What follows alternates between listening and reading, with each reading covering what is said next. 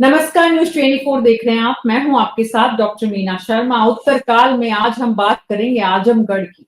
वो आजमगढ़ जो कभी अखिलेश यादव के सांसद के रूप में लोकसभा क्षेत्र हुआ करता था। वो आजमगढ़ जो आज भी उनकी परिवार की एक तरह से लोकसभा सीट है। उनके पिता ने भी वहां से किस्मत आजमाई। अब वहां पर पीडीए भवन बन गया है और अखिलेश यादव जो हैं वो पूर्वांचल में अपने गढ़ को और मजबूत करना चाहते हैं। जो परंपरागत रूप से उनका घर उस तरह का नहीं, लेकिन उसके बाद भी पूर्वांचल में अपनी कैसे मजबूती को वो आगे बढ़ाने के प्रयासों में जुटे हुए हैं, ये हम समझने की कोशिश करेंगे हमारे खास मेहमानों के साथ। हमारे साथ मानस श्रीवास्तव, ब्यूरो चीफ उत्तर प्रदेश, हमारे वरिष्ठ सहयोगी धर्मेंद्र सिंह जी, समाजवादी पार्टी के प्रवक्ता डॉक्टर सुधा मिश्रा, कांग्रेस पार्टी की प्रवक्ता प्रमोद गोस्वामी जी वरिष्ठ पत्रकार हैं। आप सभी का बहुत बहुत स्वागत है।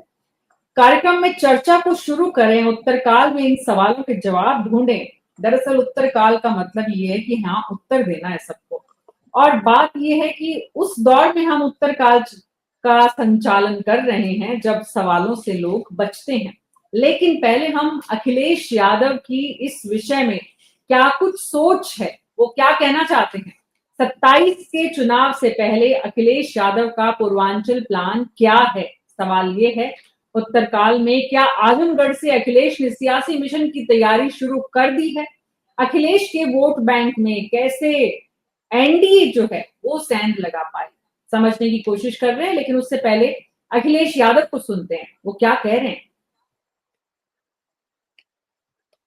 जो समाजवादियों का घर है, समाजवादी पार्टी का गढ़ है, लेकिन इसमें कोई स्थान नहीं है, कोई घर नहीं है, कोई परमानेंट जगह नहीं है। आज हमें खुशी है इस बात की।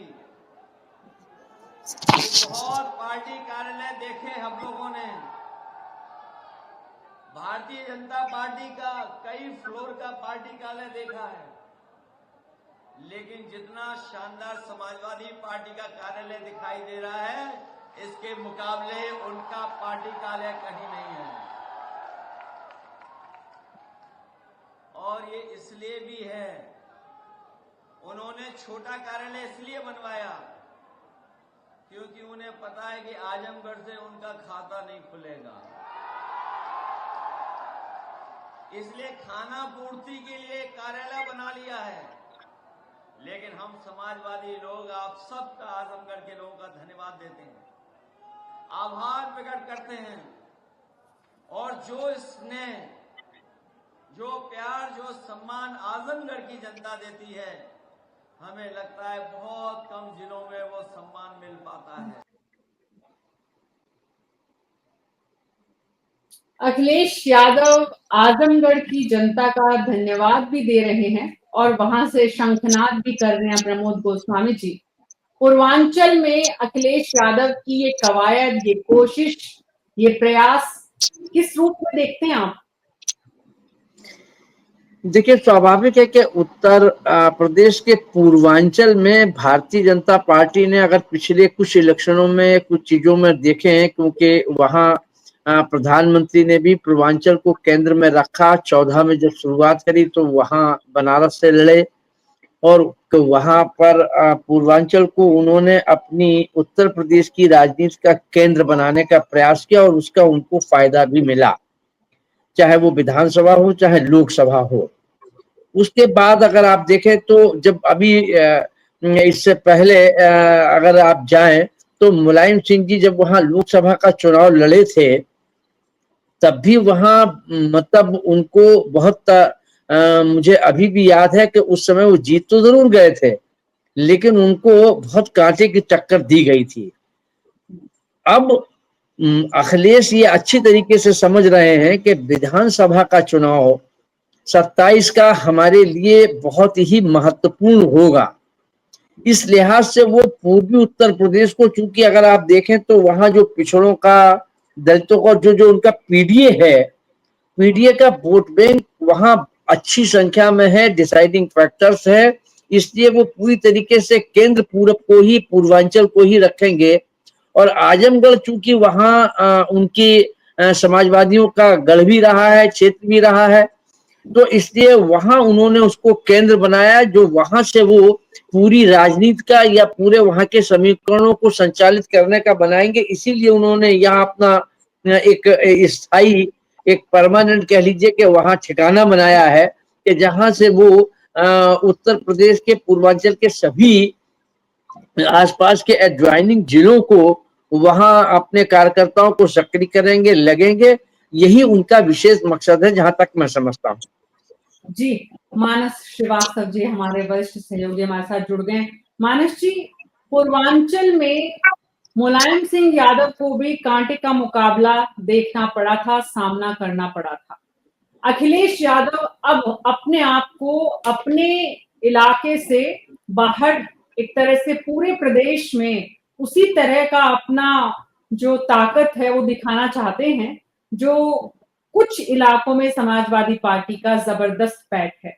पूर्वांचल में उनका ये प्रयास, उनकी ये ताकत, जिस तरह से जिस रूप में वो जा रहे हैं, दूसरी पार्टी खास करके सत्तारूढ़ दल को बता रहे हैं कि देखिए हम यहाँ आ गए हैं, और एक तरह की खुली ललकार भी है इसमें। देखिए, इसको इस तरीके से समझिए कि पूर्वांचल पर भारतीय जनता पार्टी का फोकस 2014 के बाद से बहुत तेजी से हुआ और उसको लेकर के बड़े संजीदगी से उन लोगों ने काम भी किया। 3 प्रमुख हस्तियां हैं जो पूर्वांचल से आती हैं। खुद प्रधानमंत्री नरेंद्र मोदी, वो वाराणसी से जीत करके आते हैं। मुख्यमंत्री योगी आदित्यनाथ गोरखपुर से, और प्रयागराज के इलाके से डिप्टी सीएम केशव प्रसाद मौर्य। यानी 3 बड़े चेहरे ऐसे हैं जो पूर्वांचल से आते हैं और भारतीय जनता पार्टी में सबसे मजबूत लोगों में उनकी गिनती होती है। लिहाजा वो वहां के जो लोग हैं, जो पूर्वांचल के मतदाता हैं, उनके लिए भी बहुत सारे काम कर पाते हैं वो, क्योंकि सरकार उनकी है। दूसरा ये कि उनकी कनेक्टिविटी भी यहाँ से बढ़ती है और एक संदेश जाता है कि पूर्वांचल को कितनी अहमियत भारतीय जनता पार्टी देती है, जहां से खुद प्रधानमंत्री, उत्तर प्रदेश के मुख्यमंत्री और डिप्टी सीएम 3 बड़ी हस्तियां आती हैं। इसके अलावा गिनती और भी बड़े नेताओं की है जो पूर्वांचल से ही बिलोंग करते हैं और उत्तर प्रदेश के मंत्रिमंडल की वो शोभा बढ़ा रहे हैं। अब बात करते हैं समाजवादी पार्टी की। समाजवादी पार्टी को ये जरूरत महसूस हो रही थी कि पूर्वांचल में वो कहां से अपना काफिला आगे बढ़ाए, तो उसके लिए सबसे मुफीद जगह है आजमगढ़। आजमगढ़ समाजवादी पार्टी का हमेशा से एक गढ़ रहा है और यादव फैमिली के लोग वहां से हमेशा से चुनाव लड़ते रहे, वहां पर हमेशा वो अपनी जमीन को मजबूत करते रहे, क्योंकि आजमगढ़ को इस तरह से भी माना जाता है कि वहां पर मुस्लिम आबादी बहुत ज्यादा है। लिहाजा मुस्लिमों का भी एक प्रभाव वहां पर बना रहता है और इस बात की अब जरूरत समाजवादी पार्टी को महसूस हो रही है, क्योंकि सैफई का जो पूरा इलाका है, यानी उसको हम शुरू करें कानपुर देहात से लेकर के इटावा, औरैया, सैफई से होते हुए अगर हम संभल तक भी निकल जाएं, तो समाजवादी पार्टी का वहां पर उन इलाकों में दबदबा है। तो पश्चिमी उत्तर प्रदेश उनका इस लिहाज से बेहद मजबूत है, लेकिन पूर्वांचल को मजबूत करना बेहद जरूरी है, क्योंकि पूर्वांचल को हासिल किए बगैर आप सरकार नहीं बना सकते उत्तर प्रदेश में, और उत्तर प्रदेश में अगर आप पूर्वांचल मजबूत करते हैं तो उसका असर आपको लोकसभा चुनाव में भी देखने को मिलता है। अब दूसरा महत्वपूर्ण मुद्दा यह है कि वहां पर एक कैंप ऑफिस बनाया गया, अब उसका विस्तार किया जाएगा। यानी आने वाले वक्त में समाजवादी पार्टी के बड़े नेता वहां पर कैंप करते हुए नजर आएंगे। अब सिक्के का दूसरा पहलू उसको इस तरीके से सबसे समझना चाहिए कि जब आजमगढ़ में समाजवादी पार्टी का एक कार्यालय होगा तो वहां से एक अलग तरीके का संदेश जाएगा। गोरखपुर, बनारस और प्रयागराज का जिक्र मैंने आपसे पहले किया बीजेपी के लिहाज से। आजमगढ़ पूर्वांचल का वो हिस्सा है क्योंकि यहाँ से जुड़े हुए जो तमाम इलाके हैं जहाँ पर मुस्लिम आबादी बहुत ज्यादा है, जहाँ पर पिछड़े वर्ग के लोग ज्यादा हैं, जहाँ पर यादव बिरादरी के लोग ज्यादा हैं, तो उस लिहाज से वो बहुत महत्वपूर्ण हो जाता है। तो यहाँ से निकल करके समाजवादी पार्टी अपना विस्तार करेगी। नाम क्या रखा? पीडीए भवन, पिछड़ा दलित अल्पसंख्यक। पीडीए के फॉर्मूले पे जो कामयाबी अखिलेश यादव ने हासिल की, ये शायद उनकी कल्पना से परे था। उत्तर प्रदेश में पहले नंबर की पार्टी और देश में तीसरे नंबर की सियासी पार्टी बन गई, तो ये देन थी पीडीए की। अब पीडीए का आगे विस्तार करना है तो नाम रखा पीडीए भवन। अब यहाँ से जो कार्यक्रम संचालित होंगे, तो दूसरी एक बड़ी बात यह है कि पूर्वांचल के बहुत सारे ऐसे कार्यकर्ता हैं जिनके लिए संभव नहीं है कि 400 किलोमीटर चल करके रोज वो लखनऊ आए और लखनऊ आने के बाद या वो कैफे चले जाए और अखिलेश यादव से मुलाकात करे, बड़े नेताओं से मुलाकात करे, पार्टी के बड़े नेतृत्व से बातचीत कर सके। लिहाजा वहां पर एक कैंप ऑफिस रहेगा जहां पर लोगों की पहुंच होगी, कार्यकर्ताओं की पहुंच होगी, संगठन के काम को विस्तार मिलेगा। संगठन का विस्तार होगा, मतदाताओं से संपर्क करने के कार्यक्रमों में तेजी आएगी। तो ये बहुत सारे फैसले थे, बहुत सारी बातें थी, तो इसको ऐसे समझा जाना चाहिए कि एक बहुत बड़ा रणनीतिक फैसला था जिसको समाजवादी पार्टी के नेतृत्व ने समझा, अखिलेश यादव ने समझा, और उन्होंने आजमगढ़ का चयन किया। अब पूर्वांचल का एक चौथा केंद्र बिंदु, बड़ा केंद्र बिंदु आजमगढ़ बनने जा रहा है, या यूं कहे बन चुका, और यहाँ से आप पूर्वांचल में एक अलग किस्म की लड़ाई, आप सियासी लड़ाई आपको देखने को मिलेगी। प्रधानमंत्री नरेंद्र मोदी जब वाराणसी पहुंचे तो पूर्वांचल अपने आप में राजनीतिक एक बहुत बड़ा केंद्र बन गया, उत्तर प्रदेश की सियासत में ही नहीं, देश की सियासत में। लेकिन अब विधानसभा के चुनाव को देखते हुए पूर्वांचल की जो अहमियत है वो अखिलेश यादव को भी, क्योंकि 11 साल हो गए प्रधानमंत्री नरेंद्र मोदी को वहां पर अपना जो एक तरह से खूंटा गाड़े हुए। अब खूंटा प्रधानमंत्री नरेंद्र मोदी ने जब गाड़ा तो अब समाजवादी पार्टी के मुखिया और अखिलेश यादव युवा नौजवान नेतृत्व के रूप में बड़ी रणनीति के तहत और दूरदर्शी रणनीति के तहत और कुशल नेतृत्व के, अगर हम कहें संकेत के रूप में इसे देखा जाना चाहिए। डॉक्टर सुधा मिश्रा, मैं आपके पास आती हूँ, लेकिन उससे पहले क्योंकि मुद्दा समाजवादी पार्टी का है तो धर्मेंद्र कुमार सिंह जी को समझते हुए आपके पास आती हूँ। धर्मेंद्र कुमार सिंह जी, अभी जिन 3 चेहरों की बात यहाँ पर मानस जी ने की, उससे इस बात को तो प्रदेश की और देश की जनता समझ रही है कि पूर्वांचल कितनी कठिन डगर है, लेकिन नेतृत्व और नेता वही बड़े हुए जो कठिन रास्तों के लिए निकल पड़े। जी नमस्कार मीना जी, हमारे पैनलिस्ट साथियों और आपके दर्शकों को मेरा नमस्कार। बिल्कुल, आजमगढ़ हमारे लिए बहुत ही महत्वपूर्ण है, उतना ही महत्वपूर्ण है जितना हम इटावा सैफई को महत्व देते हैं। और आजमगढ़ का इतिहास भी रहा, 2009 और 2022 के उपचुनाव को छोड़ करके वहां सांप्रदायिक ताकतों को कभी सफल होने का अवसर नहीं मिला। और बड़े बड़े नेता हुए, चंद्रजीत यादव जी वहां से एमपी रहे, रामनरेश यादव जी रहे, मोहसिना किदवई रहे, और सबसे बड़ी चीज पिछड़ों गरीबों की तबकों को मुख्य धारा में जोड़ने वाले आदरणीय नेताजी वहां से का प्रतिनिधित्व किया। और नेताजी ने आजमगढ़ को विकास की मुख्य धारा में जोड़ने का काम किया, वहां बड़े काम किए, मेडिकल कॉलेज दिया, सड़कें दिया। हमको लगता है उस दौर में नेताजी जब यहाँ एमपी थे तो अभूतपूर्व विकास कार्य आजमगढ़ से। अब सवाल ये है कि आजमगढ़ को हम लोग केवल एक कॉन्स्टिट्यूएंसी के हिसाब से नहीं देखते, बिल्कुल उसका महत्व है। और देखते हैं कि आजमगढ़ का जो रिजल्ट होता है, आजमगढ़ के का जो मैसेज होता है, वो बिल्कुल एक तरह से पूरे प्रदेश पर, या कहें पूर्वांचल पे, या हम कह सकते हैं पूरे प्रदेश पर उसका असर जाता है। आज आदरणीय हमारे राष्ट्रीय अध्यक्ष पूर्व मुख्यमंत्री आदरणीय अखिलेश यादव जी गए तो वहां से उन्होंने एक बड़ा संदेश दिया कि जिस आंदोलन को हम लेकर के आगे बढ़े हैं, पीडीए के, पिछड़े दलित, अल्पसंख्यक, आदिवासी या जो मार्जिनलाइज अगड़े हैं, उनको मुख्य धारा में लाने के लिए, उनको एम्पावर्ड करने के लिए, उनकी जो बुनियादी जरूरतें हैं उनको पूरा करने के लिए समाजवादी पार्टी को सत्ता में आना ही होगा। और वो आजमगढ़ की जनता ने वहां से संकल्प लिया। उन्होंने ये भी बताया कि हम किस तरह से गरीबों का जीवन स्तर उठाने के लिए, चाहे लोहिया ग्राम योजना थी, जनेश्वर मिश्रा ग्राम योजना थी, समाजवादी पेंशन थी, और सबसे महत्वपूर्ण अब तो एआई की टेक्नोलॉजी का दौर आ गया। जो नौजवान नई टेक्नोलॉजी से जुड़े, बड़ी तेजी से जुड़ भी रहे हैं, हर हाथ में मोबाइल हो गया है। जो उन्होंने जब उस समय समाजवादी पार्टी ने निर्णय लिया था, हमारे नेता निर्णय लिया था कि बच्चों को लैपटॉप देंगे। मीना जी कल्पना करिए, अगर वो लैपटॉप समाजवादी पार्टी ने उत्तर प्रदेश के नौजवानों को न दिया होता तो जब कोविड के दौरान, यहाँ वरिष्ठ साथी प्रमोद जी बैठे हैं, इनको याद होगा, कोविड के दौरान जब अचानक सब कुछ ठप हो गया और पढ़ाई की महत्वपूर्ण जरूरत हुई, तो हम लोगों ने आंखों से देखा है कि कई गांवों में एक लैपटॉप पर, मीना जी हंसने की बात नहीं, बड़ी गंभीर बात है, एक लैपटॉप पर कई बच्चे एक साथ बैठ करके पढ़ते हुए हम लोगों ने देखा है। तो हमारे नेता का विजन साफ है कि जब हम सत्ता में आएंगे तो उस समय दुनिया की सबसे अच्छी जो टेक्नोलॉजी होगी, दुनिया के सबसे अच्छे जो गैजेट्स हो। धर्मेंद्र जी, मुझे हंसी इस बात के लिए आई, मेरे दर्शकों के साथ और आपके साथ जरूर साझा करनी चाहिए कि देखिए कब का दिया हुआ लैपटॉप कब काम आया। कोरोना के मुश्किल काल में आपने बताया कि लैपटॉप का इस्तेमाल बच्चों की शिक्षा व्यवस्था को और बच्चों के उस वक्त ठहराव जिंदगी में न आए, उसके लिए जो अखिलेश यादव ने प्रयास किया। मतलब आपके कहने का मतलब दूरदर्शिता अखिलेश जी यादव में मैं नौजवान के रूप में काफी देखी जा जी सकती है। ठीक है, डॉक्टर सुधा तो मिश्रा, मैं एक घटना का उल्लेख करना चाहूंगा। अभी हम कुछ दिनों पहले वापिस आऊंगी मैं आपके पास, वापिस आऊंगी। मैं डॉक्टर सुधा मिश्रा के पास बहुत देर से इंतजार कर रहे हैं, प्लीज धर्मेंद्र जी। डॉक्टर सुधा मिश्रा, जिस तरह की रणनीति पर समाजवादी पार्टी काम कर रही है, पीडीए भवन कांग्रेस के रास्ते लगभग वहां पर किस रूप में बंद करेगा? नहीं नहीं, ये प्रश्न ही जब आप जानते हैं कि हम गठबंधन में है, तो इस तरह के प्रश्न लाके जानबूझ के गठबंधन में दरार दिखाने की कोशिश मीना जी ना ही करें।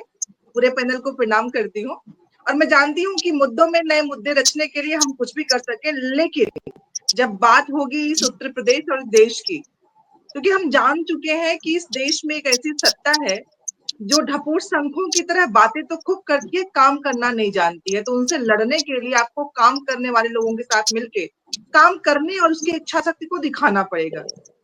कोई भी किसी को हराने या जिताने के लिए नहीं, सब अपने जीतने के लिए राजनीति में आते हैं और यही एकमात्र सत्य है। राजनीतिक विचारधाराएं सत्ता में आके जनता के द्वारा, जनता के लिए और जनता के लिए के ही कर्तव्यों को पूरा करने के लिए अपनी राजनीति के सारे साम दाम दंड भेद जो करना होता है करती हैं, और यही एकमात्र सत्य है लोकतंत्र में। लेकिन उसके साथ जो सबसे बड़ा सत्य है जिसको हम बार बार भूल जाते हैं, और भूल जाते हैं इसीलिए सत्तासीन जो सरकारें हैं वो हमारे हक, हुकूक, अधिकारों को छीनने लगती हैं। अभी धर्मेंद्र भाई कह रहे थे शिक्षा की बात, उसी बात पे मुझे एक बात जो बहुत महत्वपूर्ण थी याद आ गई कि ऐतिहासिक फैसला हमारे उत्तर प्रदेश में लिया गया है, जो स्वतंत्रता के बाद में पहला ऐतिहासिक फैसला है। ऐतिहासिक ही कहेंगे, जहां सब कुछ खोलने और आगे बढ़ने की बात हो रही थी, वहां हम पीछे उसके जो फाटक है बंद करने जा रहे हैं। स्कूल के मर्जर की बात आई। तो अगर पीडीए भवन खुल रहा है या कांग्रेस सपा गठबंधन में कार्य कर रही है या समाजवादी राहुल जी का बर्थडे मना रहे हैं या अखिलेश जी का बर्थडे कांग्रेसी बना रहे हैं, भवन का कुछ भी हो रहा हो, इससे जनता के मात्र भलाई के लिए होने वाले कार्यों के शुभारंभ को आप उसमें देख सकती हैं। इसमें राजनीति का वो फलक नहीं है जिसको हम ढूंढने का प्रयास कर रहे हैं, क्योंकि जाहिर सी बात है। डॉक्टर सुधा मिश्रा, पहली बात तो ये समझ लीजिए कि राजनीतिक दल का राजनीतिक कार्यालय भवन होगा तो वहां राजनीति ही होगी, पहली बात। दूसरी बात डॉक्टर सुधा मिश्रा, निश्चित रूप से गठबंधन में दरार डालने का काम कम से कम मीडिया नहीं कर सकता। मीडिया का काम है जो कुछ हो रहा है वो देश को, समाज को, लोगों को दिखाना। अब बात ये है कि जो कुछ हो रहा है उसमें ये दिख रहा है कि समाजवादी पार्टी आक्रामक तरीके से, बहुत ही जबरदस्त तरीके से या रणनीतिक तैयारी के साथ 2027 की तैयारी में जुट गई है। समाजवादी पार्टी जितनी तैयारी करेगी उससे निश्चित रूप से दूसरे राजनीतिक दलों को नुकसान होगा। अब उसमें सत्तारूढ़ दल को कितना नुकसान होगा और सहयोगी दल को कितना नुकसान होगा, आकलन इस बात का है। प्रमोद गोस्वामी जी, मैं एक लाइन बोलना चाहूंगी। जी बोलिए। बहुत आभार आपका। आपने कहा कि जो भी राजनीतिक दल है, मैंने स्टार्टिंग में कहा था, जाहिर सी बात है जब हम गठबंधन में हैं, गठबंधन में होने के बाद दोनों पार्टियों में नफा नुकसान को छोड़ के उससे ऊपर उठ के उस गठबंधन के जीतने की बात होती है। इसीलिए हम आज इसकी बात कर रहे हैं। जब अलग होंगे तो उसमें देखने का नजरिया, लड़ने का नजरिया, विचारधारा का नजरिया अलग होगा। अभी हम जानते हैं कि जिससे लड़ने जा रहे हैं उसके साथ अगर एकता नहीं होगी, गठबंधन नहीं होगा, तो वो तो सारी संगठनों पे, सभी स्वायत्त संस्थाओं पे, स्कूलों को बंद करके, रोजगार खत्म करके, महंगाई बढ़ा के, सब कुछ खत्म करने को उतारू हुए, संविधान को बदलने की प्रस्तावना को बदलने की बात कर रहा है। तो जाहिर सी बात है आपको बड़े फायदे जो उस देश में होंगे, समाज हित में होंगे, उसमें आना पड़ेगा। मैंने पहले ही कहा था। उसके बाद जो राजनीतिक दल के रूप में आपके अपने फायदे नुकसान होंगे, नफा नुकसान, जो कांग्रेस पार्टी के ही विरोध में अन्य पार्टियों का जन्म हुआ है, सबको पता है, हमें बताने की जरूरत नहीं है। लेकिन जब स्थितियां बदलती हैं, तात्कालिक परिस्थितियों में जो समाज के लिए बेहतर हो, देश के लिए बेहतर हो, प्रदेश के लिए बेहतर हो, वो करने की जरूरत है। क्योंकि बनारस की आपने बात की, इलाहाबाद की, और हमारे जो संवाददाता जिन्होंने बात की थी आजमगढ़ की। इलाहाबाद की दशा सभी देख ही रहे हैं, एक दिन में क्या हुआ है, बाढ़ और नाव चल रही है। इलाहाबाद में केशव जी हारे हुए हैं। आजमगढ़ की हालत जिस तरह से उन्होंने जीता वो भी आप देख रहे हैं। तो तीनों जनपदों का नाम लिया गया, उसमें भाजपा किस तरह से जनता के साथ है ये दिख रहा है। तो बताने की जरूरत नहीं है कि जनता जब इन बातों को जानती समझते हुए हमारे साथ आने की कोशिश करेगी तो वो रोकने की कोशिश करेंगे, क्यों? अपने झूठे वादों से। तो हमारा गठबंधन, हमारी एकता उनको एक साथ लाने में कटिबद्ध रहेगी, तभी हम उनको हरा सकते हैं जो इस देश का भला नहीं चाहते। जी, प्रमोद गोस्वामी जी, नफा नुकसान गणित, पूर्वांचल की जातिगत समीकरण समाजवादी पार्टी के इन प्रयासों से किस रूप में आगे बढ़ते हुए देख पा रहे हैं आप? मीना जी, निश्चित रूप से जिस ढंग से समाजवादी पार्टी ने 27 के विधानसभा चुनाव को लेकर रणनीति बनानी शुरू कर दी, ये उसका एक हिस्सा है।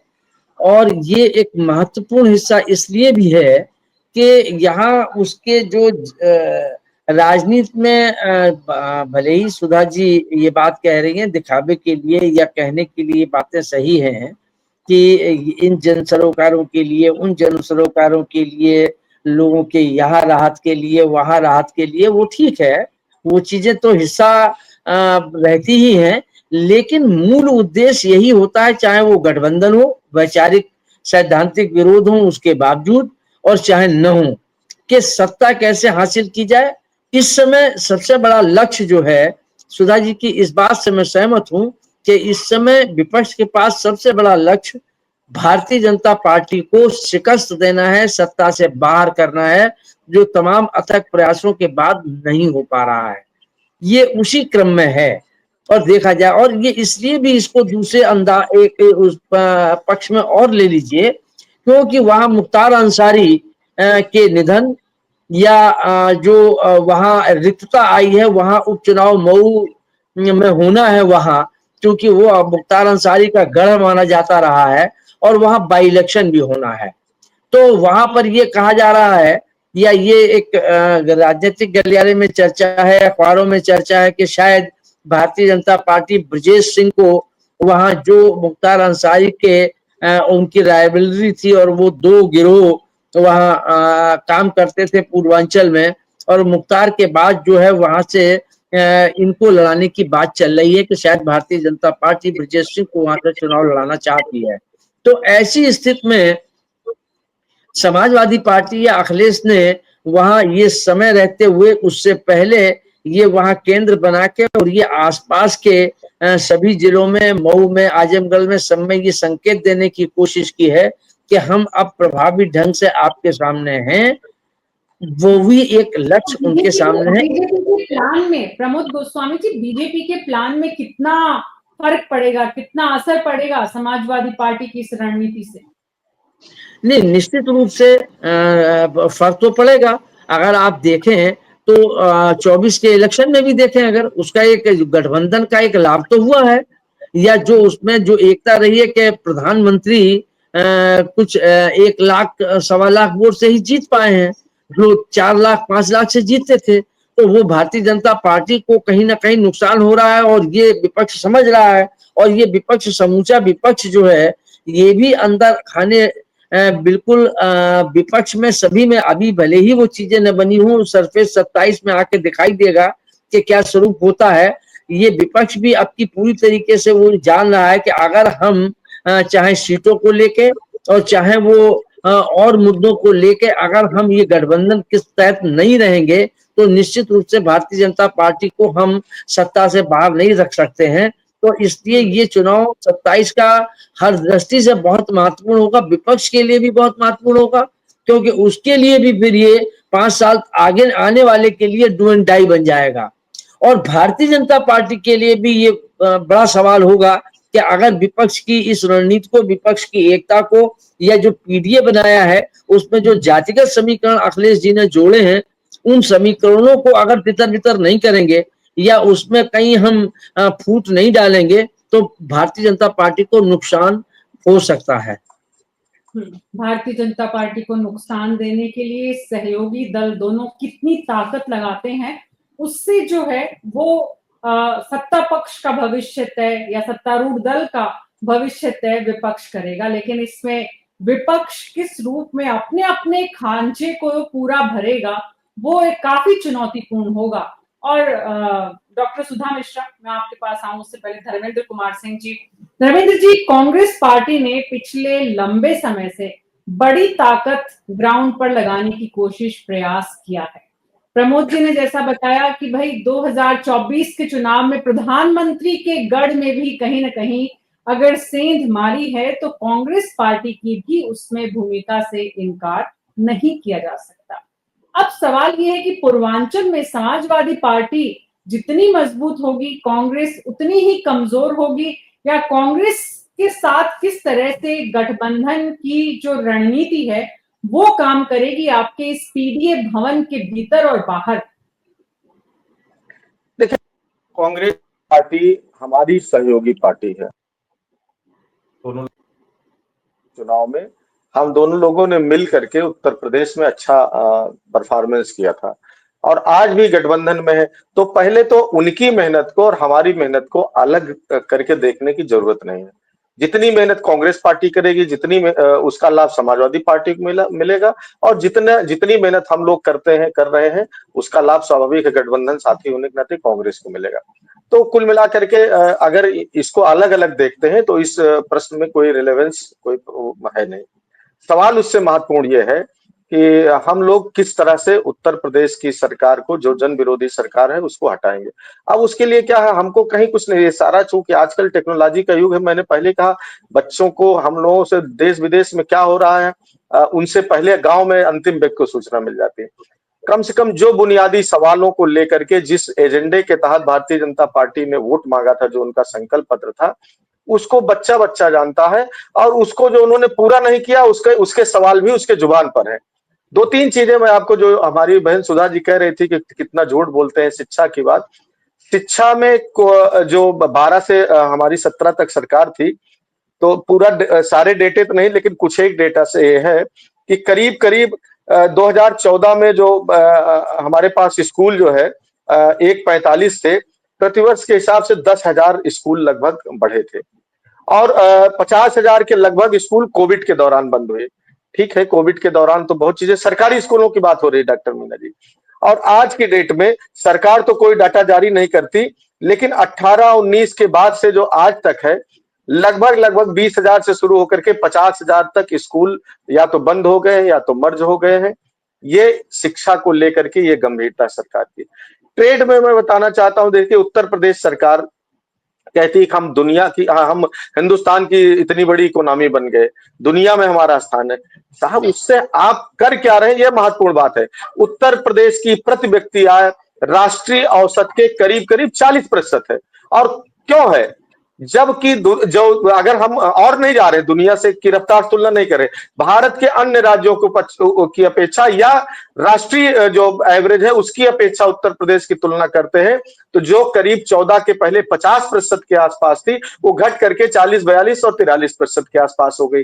कहने का मतलब है जो राष्ट्रीय एवरेज प्रति व्यक्ति आय का बढ़ा, उसके सापेक्ष उत्तर प्रदेश की प्रति व्यक्ति आय बहुत धीमी रही। दूसरी, आप ये सारी बातें जनता के समक्ष लेकर जाएंगे और पूर्वांचल की जनता को ये समझाएंगे कि विधानसभा के रास्ते में आप सबका साथ मिलेगा, तभी आप पहुंच पाएंगे। जो प्रश्न आज आपको अप्रासंगिक लग रहा था धर्मेंद्र कुमार सिंह जी, जैसे जैसे हम एक एक दिन चुनाव की तरफ बढ़ेंगे, वो प्रश्न वैसे ही उतना ही ज्यादा प्रासंगिक होता जाएगा, क्योंकि तब गठबंधन के बीच के बार बार बयानबाजी किस तरह की पिछले चुनाव में, हाल ही के चुनाव में, उपचुनाव में देखने को मिली थी, आम चुनाव में किस रूप में मिलेगी?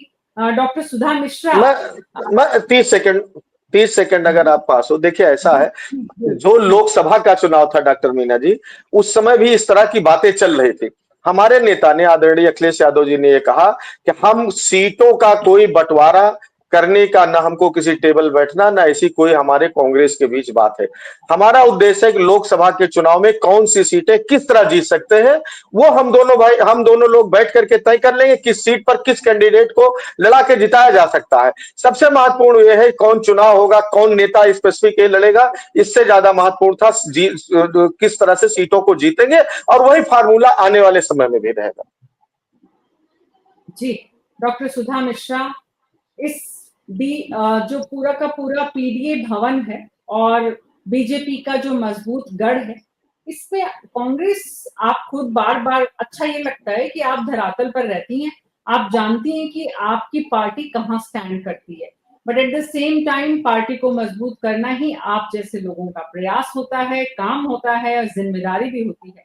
अब आप कहाँ महसूस करती हैं कि कांग्रेस पार्टी इस पूरे रणनीतिक जो प्रयास समाजवादी पार्टी और बीजेपी की जो मजबूत गढ़ है उसके बीच में कांग्रेस यहाँ पर क्या योजना बना रही है, क्या प्रयास कर रही है, क्या तैयारी कर रही है कि पूर्वांचल में अपनी स्थिति को पहले से बेहतर करे और मौजूदा परिस्थितियों का काउंटर भी करे? जी मीना जी, कुछ बात कहूंगी, थोड़ा सा समय दीजिएगा, क्योंकि जाहिर सी बात है हम उस दौर में जी रहे हैं जहाँ पे पढ़ाई का मतलब नौकरी, आगे बढ़ने का मतलब पैसे वाला, बहुत समझदार होने का मतलब घर होने वाला, और राजनीति का मतलब जीतने वाला, ये पर्याय बन चुके हैं। अब गरीब आदमी बड़ा नेता नहीं हो सकता, ये भी लोगों ने स्थापित कर दिया है। पैसे वाला नहीं है तो कुछ भी नहीं कर सकता, ये भी स्थापित हो गया है। बड़ा पत्रकार गरीब जो है वो नहीं बन सकता है। मतलब ये जो पहले एक मायने थे बड़े होने के, वो सब खत्म हो गए।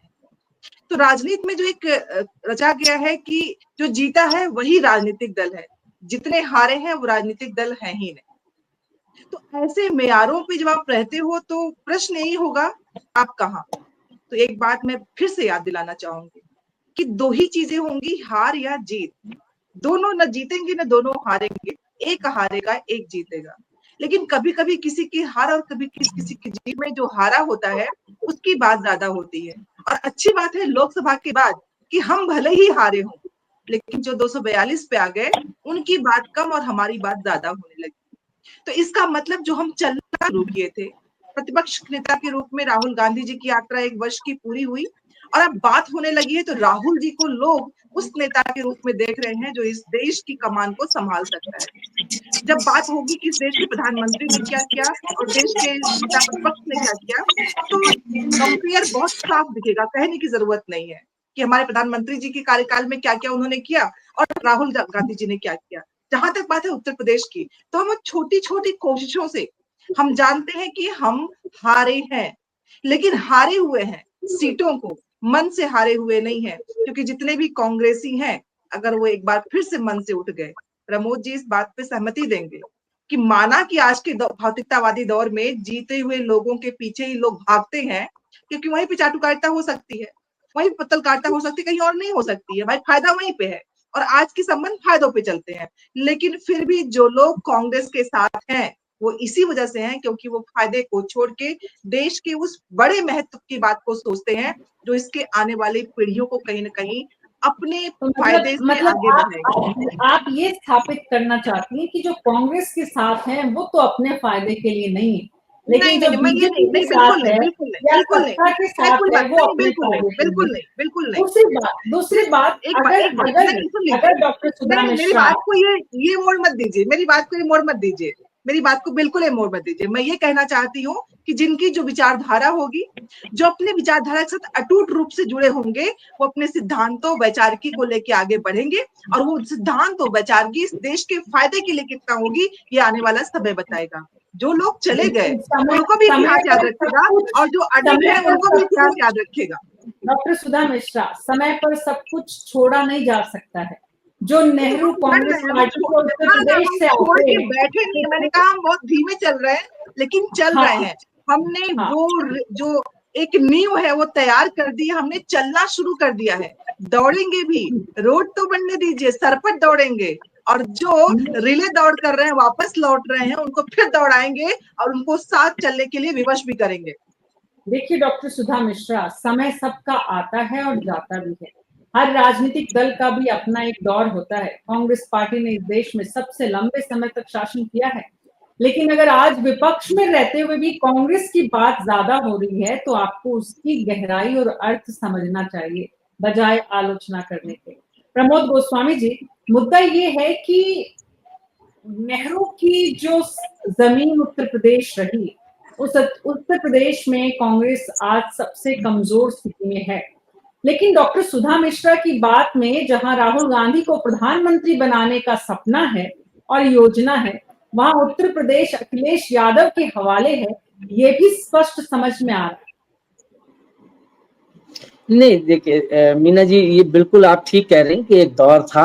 अभी आप ही ने कहा कि दौर आता है, जाता है, बदलता है, ये बात सही है। उत्तर प्रदेश में कांग्रेस की आपसी क्योंकि मैं एक लगभग 30-35 वर्ष जब कांग्रेस अपने उरूज पे थी, मैंने वो दौर भी देखा और कांग्रेस का कैसे पतन हुआ, कैसे मतलब वो क्षरण होता चला गया, उस दौर को भी मैंने बहुत नजदीक से देखा है।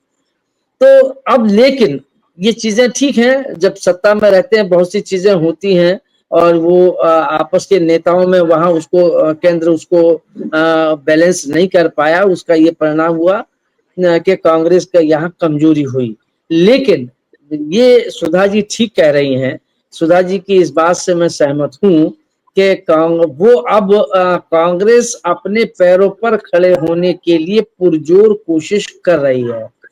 अब थोड़ी सी उसमें जान आई है, कार्यकर्ताओं में थोड़ा सा लगा, और विशेष रूप से अगर मैं कहूं, इसमें कोई दो राय नहीं है कि 24 के इलेक्शन के बाद जो कांग्रेस और समाजवादी पार्टी के गठबंधन को जो एक बढ़त मिली, बढ़त ही कहेंगे, या जो एक भारतीय जनता पार्टी को रोकने में इस गठबंधन को जो ताकत मिली, उससे कांग्रेस के कार्यकर्ताओं में भी बहुत नहीं लेकिन उनमें एक उत्साह या उनमें एक आगे की उनको एक ये बात भविष्य कहीं ना कहीं लोग से जब बात होती है तो लगता है कि नहीं कांग्रेस खड़ी हो जाएगी। खड़ी होगी कि नहीं होगी ये तो कांग्रेस के नेताओं को तय करना होगा, उनको मेहनत करनी होगी, उनको जनता के बीच में जाना होगा, जुड़ना होगा, संगठन मजबूत करना होगा। लंबी प्रक्रिया है और बड़ी चुनौतीपूर्ण है, लेकिन एक कार्यकर्ताओं में इतनी बात तो एक मन में आई है कि कांग्रेस आ सकती है। तो ये जो कांग्रेस में एक थोड़ा सा 24 के इलेक्शन के बाद से एक उत्साह, भले ही वो 5% हो, 10% हो, 15% हो, इस पर नहीं जाना चाहिए, लेकिन एक ये सोच पैदा हुई है। ये सोच को कांग्रेस नेतृत्व, चाहे वो दिल्ली का हो चाहे उत्तर प्रदेश का हो, उसको वो कैसे भुना सकती है, कैसे कार्यकर्ताओं के उसको मनोबल को साथ लेके संघर्ष करके उनको जोड़ के आगे ले जा सकती है, कांग्रेस को खड़ा कर सकती है, ये बड़ी चुनौती है। अगर इस चुनौती में, जैसे अभी आप देख लीजिए मीना जी, अभी एक बड़ा मतलब भले ही इसको लोग दूसरे अंदाज में भी ले सकते हैं कि कांग्रेस ने कहा कि जो पंचायत के चुनाव जीतेगा हम उसको विधायकी का टिकट देंगे। सवाल जीतने का हारने का पंचायत के चुनाव में क्या होगा ये तो आगे देखा जाएगा, लेकिन एक पंचायत के जो नीचे के लेवल में है, जो कांग्रेस बुरी तरीके से निचले लेवल पर, या उसको कह लीजिए कि बुनियादी तौर पर या बुनियादी रूप से जो कमजोर हो गई है, उस बुनियाद को मजबूत करने के लिए या उसमें सीमेंट और मोरंग डालने की जो ये एक सोच शुरू हुई है, मुझे लगता है कि पंचायत के चुनाव में अगर ये चीज बनी, ये भाव जो रखा गया ये बढ़ा, तो कांग्रेस के लिए ये फायदेमंद हो सकता है। भले ही एक भी सीट न जीते, लेकिन एक जो जमीनी कार्यकर्ता वहां इकट्ठा हो जाएगा और अगर कुछ खड़ा हो जाएगा तो कांग्रेस उससे मजबूत होगी, जिसका 27 में कहीं ना कहीं उसको लाभ गठबंधन को और कांग्रेस दोनों को मिलेगा, और भाजपा को रोकने में कहीं ना कहीं जो स्थिति है वो विपक्ष की मजबूत होगी। जी, बहुत बहुत शुक्रिया आप सबका इस चर्चा में शामिल होने के लिए। कुल मिलाकर जो बात समझ में आ रही है, जो तस्वीर इस वक्त दिख रही है, नजर आ रही है, वो ये कि प्रधानमंत्री नरेंद्र मोदी के घर में जाके सीधा हमला करने की तैयारी कर रहे हैं अखिलेश यादव। नौजवानों की सबसे बड़ी ताकत होती है उनका दुस्साहस या साहस, अति साहस, जिसे कुछ लोग, जो साहसी होता है और वो जो अति साहसी होता है उसे कुछ लोग दुस्साहसी भी कहते हैं। लेकिन चाहे अति साहसी कहें या दुस्साहसी कहें, अखिलेश यादव इस वक्त देश के वो नौजवान समाजवादी पार्टी के उस मुखिया के रूप में सामने आ रहे हैं जो प्रधानमंत्री नरेंद्र मोदी को उनके घर में जाकर चेतावनी देने की या चुनौती देने की तैयारी कर रहे हैं। इस तैयारी में वो कितना कामयाब होंगे ये देखना दिलचस्प होगा, और समय के गर्भ में भी है, भविष्य के गर्भ में है। लेकिन वो कितनी इस तैयारी में जान फूंक पाते हैं, कार्यकर्ताओं को कितना तैयार कर पाते हैं, लोगों को कितना अपने साथ ले पाते हैं, इस पर बहुत कुछ निर्भर करेगा। 27 में अभी समय है। पूर्वांचल को लेकर पीडीए भवन, अखिलेश यादव की जो ये एक सोच है, वो उनकी राजनीतिक कुशलता का एक उदाहरण जरूर है। न्यूज 24 पर आप उत्तर प्रदेश से जुड़ी हुई उत्तरकाल के इस हमारे विशेष कार्यक्रम में तमाम जानकारी और अपडेट्स लगातार न्यूज 24 के उत्तर प्रदेश उत्तराखंड फेसबुक पेज और यूट्यूब चैनल पर देख सकते हैं। आप अपने सुझावों के लिए हमारे पेज के कमेंट बॉक्स में जाकर सुझाव दे सकते हैं, कोई जानकारी साझा कर सकते हैं, पैनलिस्ट से सीधे सीधे सवाल भी कर सकते हैं। अभी मेरे साथ इतना ही। नमस्कार।